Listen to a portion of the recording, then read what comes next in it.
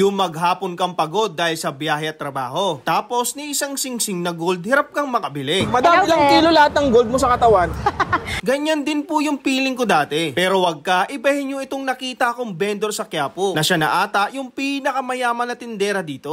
Inspired lang yan kay Boss Toyo. Geng, geng! Yung dami ng gold na yan, na nabili nyo dahil dito sa pagtitinda lang ng baga ng mama mo? Hindi lang, pati itong hotdog sandwich. Sa inyo rin to. Grabe, no?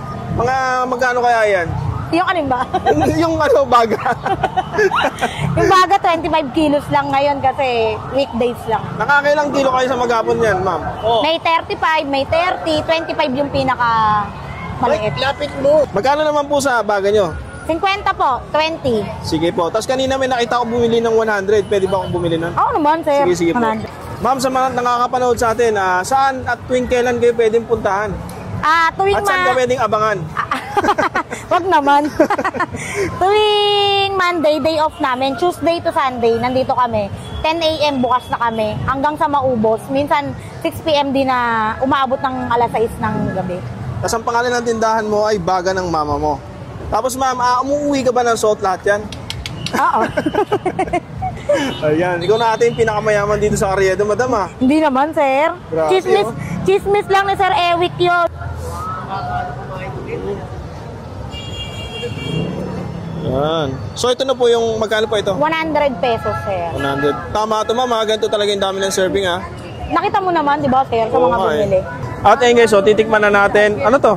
Grain Smart. Ay, oo nga pala. Guys, bago nga pala tayo magtikiman, kasama na naman natin si Grain Smart. Guys, sa mga hindi pa nakakaalam, ito yung kape na gawa sa bigas. Ayan. Low calorie, tapos decaffeinated siya. Ang daming kasamang gulay. May okralin, mangosteen, barley, at malunggay.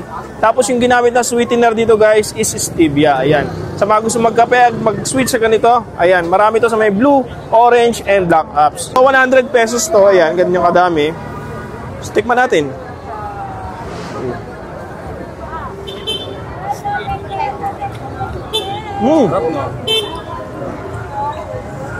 Wala na yung lansa niya.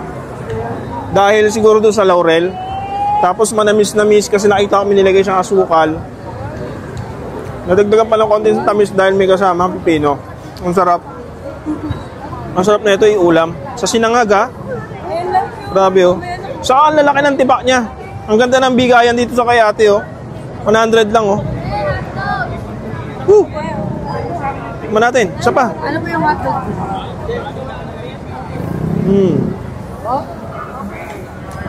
Sarap na ito. Solid. Ayun guys, kung naghahanap